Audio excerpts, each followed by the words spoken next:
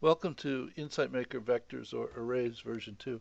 I'm doing a new version of this video because there's been a very significant enhancement to the notation for arrays within Insight Maker, which makes it um, much easier to use. And while the older version is still valid and will be for some time, I wanted to make sure that I got a chance to share with you the new notation.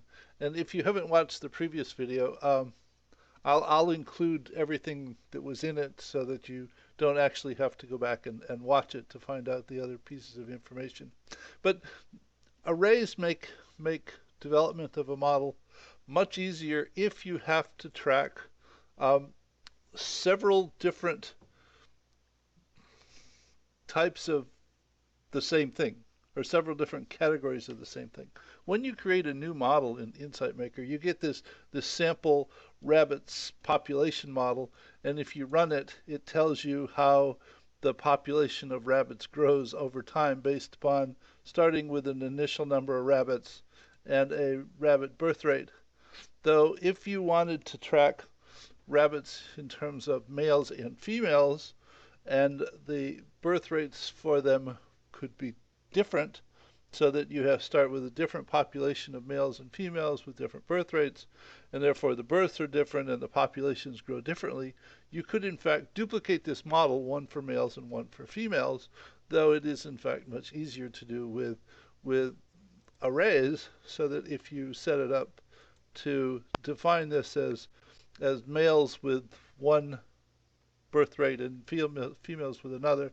And this is the notation. It's a brace, a label, a value, and then another label and a value. And here is the I set this up so you could run it for a scalar version or an array version based upon a switch setting. And the rabbits are set up so that I have 200 males and 100 females. So if this is a vector model, this is just a switch here, which varies from values of 0 to 1, so that if this is 1, I go ahead and use the vector version of this model, or the array version. So it begins with two different populations of rabbits with different birth rates, and it tracks them separately so that I, in fact, get the benefits of two identical models with different values without having to duplicate the structure over and over again. And just to show the utility or the flexibility of it, using the switch because of the way that the formulas were set up, so that if this value is true, it uses the vector version, otherwise it uses the scalar version. If I set this to 0 and run it, then I go ahead and get the same thing that I had before, which is a scalar version of this model, simply tracking a population which is combined males and females, and the growth rate of that population over time. So in Insight Maker at insightmaker.com/vectors, there is in fact a page of information about vectors that shows the notation and a number of formulas that one can use, the way that one structures arrays to use them within Insight Maker. And as another example, which was put together using the population of USA, Mexico, and Canada beginning in 2010, and the net growth rates for those three countries, so that if you run this model, it then shows, it tracks those four populations over a period of from 2010 to 2110, a period of 100 years, and it indicates that at the end of 100 years, the population of Mexico is likely to be more than the population of the United States. Whether that's true or not, I don't know, but it in fact shows the utility of using arrays within a model.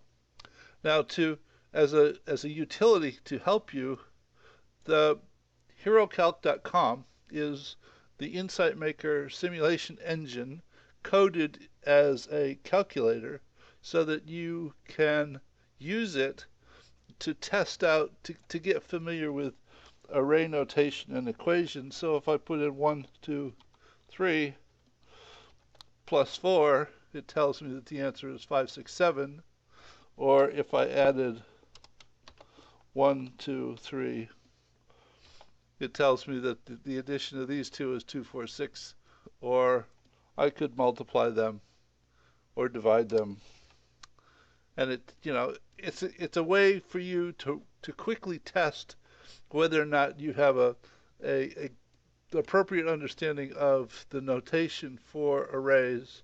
And there's a section down here with a lot of examples that you can look through and you can type in to make sure that you understand how they work.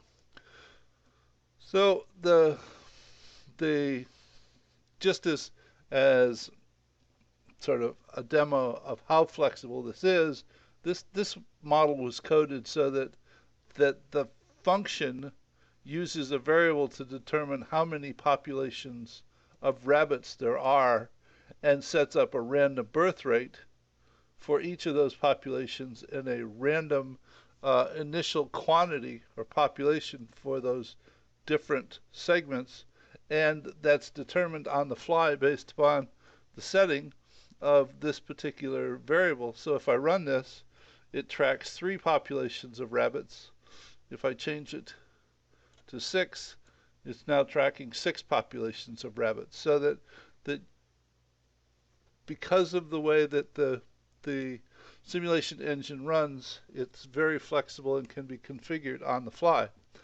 This particular video will in fact be at this location, and the first version of this video is there, as well as all of the other